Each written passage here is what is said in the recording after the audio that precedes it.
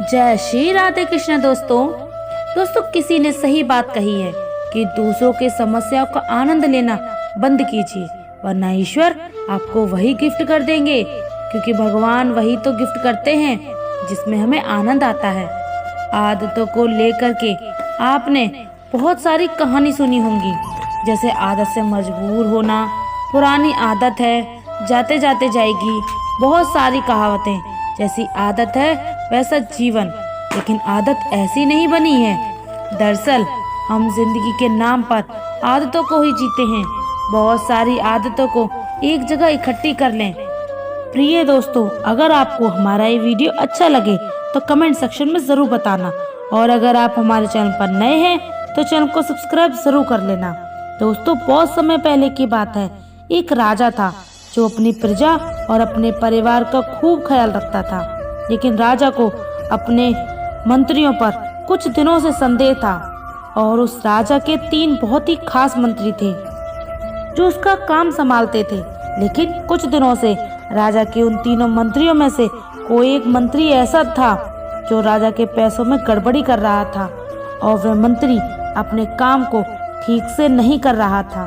अब राजा काफी दुविधा में था। राजा को ये समझ नहीं आ रहा था कि उन तीनों मंत्रियों में से कौन सा मंत्री बेईमान है और कौन सा ईमानदार। यह पता लगाने के लिए एक दिन राजा ने उन तीनों मंत्रियों को अपने पास बुलाया और कहा, देखो मंत्री जी, हमारा जन्मदिन आ रहा है, इसलिए आप तीनों को एक घने जंगल में जाना होगा, और आप तीनों को एक एक बैग दिया जाएगा। उन तीनों बैगों को एक एक बैग दिया गया और उनसे कहा कि तुम तीनों को अलग अलग घने जंगल में छोड़ दिया जाएगा।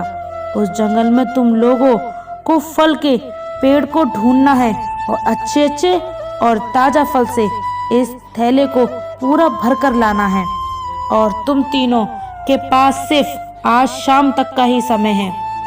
राजा के कहे अनुसार वह तीनों मंत्री को जंगल में छोड़ आए। उसके बाद वह तीनों मंत्री जंगल में आ गए। उसके बाद पहला मंत्री बहुत ईमानदार और मेहनती था, तो उसने राजा के लिए बहुत सारे अलग अलग और अच्छे और ताजा फल से अपने थैले को पूरा भर लिया। लेकिन उसे ये सब करने के लिए बहुत मेहनत करनी पड़ी। उसने अपना पूरा काम कर लिया था, वह बहुत थक चुका था, और उसने अपना काम ईमानदारी से भी किया था। अब दूसरा मंत्री जो था वह बहुत ही चालाक था। उसने सोचा कि राजा के पास इतना समय थोड़ी है, वह ये सब जांच करेंगे कि मैंने अच्छे फल लाए हैं या खराब। वो तो बिना ज़्यादा मेहनत किए उसे जैसे ही फल जमीन पर पड़े मिले, उसने वह अपने थैले में रख लिए, बिना ये सोचे कि वह फल अच्छे हैं या खराब। जो उसे जमीन पर पड़े फल मिले थे वह बहुत ज़्यादा खराब थे, और वह आराम से पेड़ के नीचे बैठ गया। अब तीसरा मंत्री जो था वह बहुत ही ज़्यादा ईमानदार और आलसी था।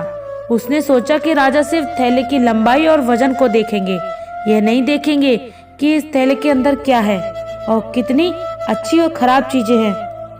तो उस तीसरे मंत्री ने बिना कुछ सोचे समझे थैले को सूखे पत्तों और कुछ छोटे छोटे पत्थरों से अपने थैले में भर लिए, और वह भी पेड़ के नीचे बैठ गया। शाम होने का इंतजार करने लगा। राजा के कहे मुताबिक समय समाप्त हो चुका था, समय भी हो चुकी थी। अब वह तीनों मंत्री भी एक साथ अपने अपने थैले के साथ राजा के महल में वापस आ गए। राजा ने देखा कि वह तीनों मंत्री जंगल से वापस आ गए हैं, तो राजा ने उन तीनों मंत्रियों को थैले को खोलकर देखा भी नहीं। उसने अंदर क्या है, और उसने उन तीनों मंत्रियों को अलग अलग जेल में 1 महीने के लिए जेल में कैद कर दिया।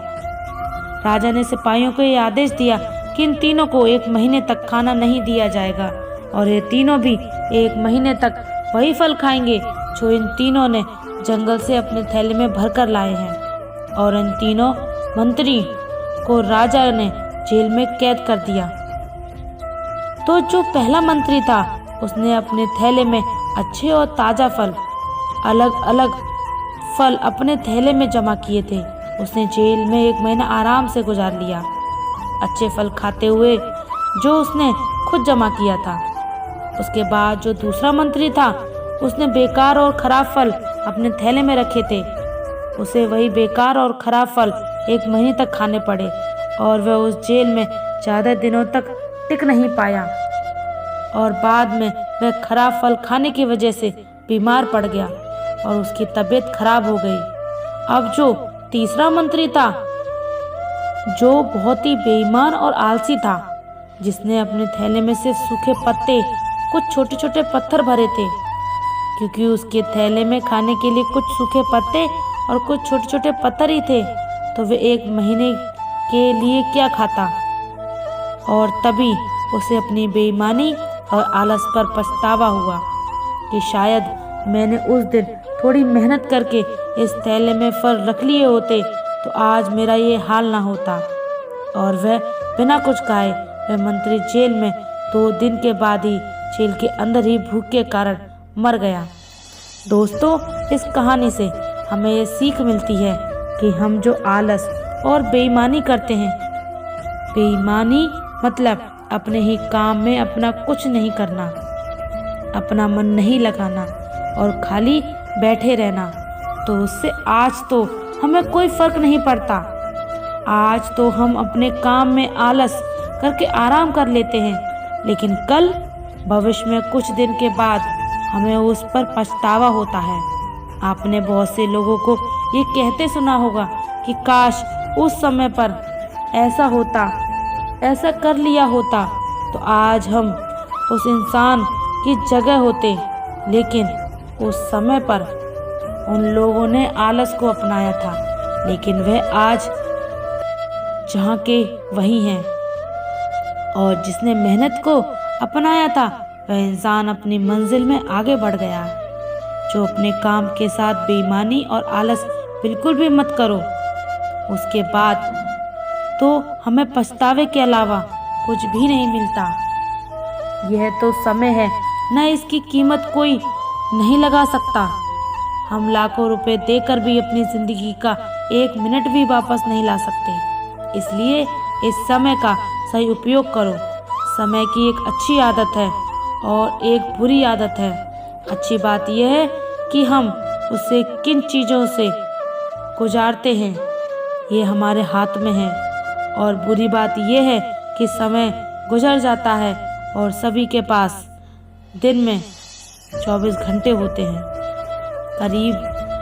गरीब के पास भी और अमीर के पास भी। बस ये हमारे हाथ में है कि हम उस समय से क्या नया कर सकते हैं। जो अपने एक एक पल का हिसाब रखो कि हम उन्हें किन चीज़ों से गुजार रहे हैं। तो अगर आप इस कहानी को और भी लोगों तक पहुंचाना चाहते हो तो इस वीडियो को लाइक करो, ताकि वीडियो को और भी लोगों तक पहुंचाया जाए। दोस्तों, आपने आज के इस वीडियो से क्या सीखा, वह मुझे आप कमेंट में बता सकते हैं। इसी के साथ हम उम्मीद करते हैं कि आपको आज का वीडियो पसंद आया होगा। तो इस वीडियो को उस इंसान के पास शेयर करें जिसे ये कहानी सुनने की ज़रूरत है, और उसी के ठीक बाद चैनल को सब्सक्राइब करें। तो चलिए फिर मिलते हैं एक ऐसी नई कहानी और एक नई वीडियो के साथ, एक नए मैसेज के साथ। तब तक के लिए अपना ख्याल रखें। धन्यवाद। जय श्री राधे कृष्णा।